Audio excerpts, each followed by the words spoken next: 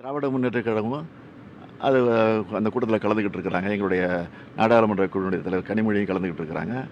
கலந்துக்கிட்டு நாங்கள் எடுத்து வச்ச திராவிட முன்னேற்றக் கழக சார்பில் என்ன உணர்வோட வேட்பாளர் இருக்குன்னு நினச்சோமோ அது நடந்திருக்கு.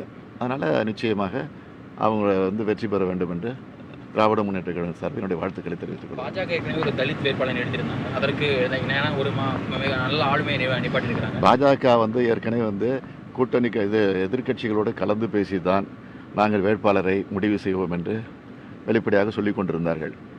ஆனால் செயல் வடிவத்தில் வருகிற போது செய்யவில்லை. ஏதோ ஒப்புக்காக ஒரு நாடகத்தை நடத்தினார்களே தவிர வெளிப்படையாக இதுதான் பிரதான் வேட்பாளர் என்று தெளிவாக எங்களிடத்தில் அவர்கள் எடுத்து சொல்லலை. அதனால தான் இன்றைக்கு எதிர்க்கட்சியின் சார்பில் வேட்பாளரை நிறுத்த வேண்டிய அவசியம் இன்றைக்கு ஏற்பட்டிருக்கிறது. இப்போ தமிழகத்தில் எடப்பாடி பழனிசாமி அவங்களுக்கு ஆதரவு கொடுத்திருக்காங்க.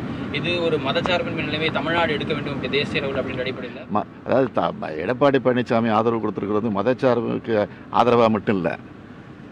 தாங்கள் வருமான வரித்துறையிலிருந்து தப்பிக்கணும், அமலாக்கத்துறையிலிருந்து தப்பிக்கணும், ஆக இப்படிப்பட்ட வழக்குகளிலிருந்து தப்பிக்கிறதுக்காக அவங்க ஆதரவு தெரிவிச்சிருக்கிறாங்க. அதுதான் உண்மை.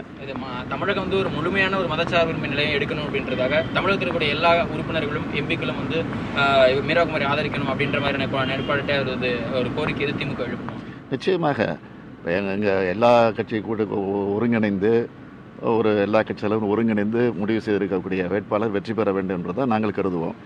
எனவே அந்த அடிப்படையில் யாருடைய ஆதரவையும் நாங்கள் கேட்பதற்கு தயாராக இருக்கோம். நிதிஷ்குமார் அவர்கள் ஏற்கனவே கலைஞருடைய விழாவெல்லாம் கலந்திருந்தார். அந்த நேரத்தில் ஒரு பெரிய எதிர்பார்ப்பு இருந்தது. குடியரசுத் தேர்தலுக்கு காங்கிரஸ் அறிவிக்கிற வேட்பாளருக்கு கூட்டணி அறிவிக்கிற அது குடியரசுத் தலைவர் தேர்தலுக்காக நடத்தப்பட்ட விழா இல்லது.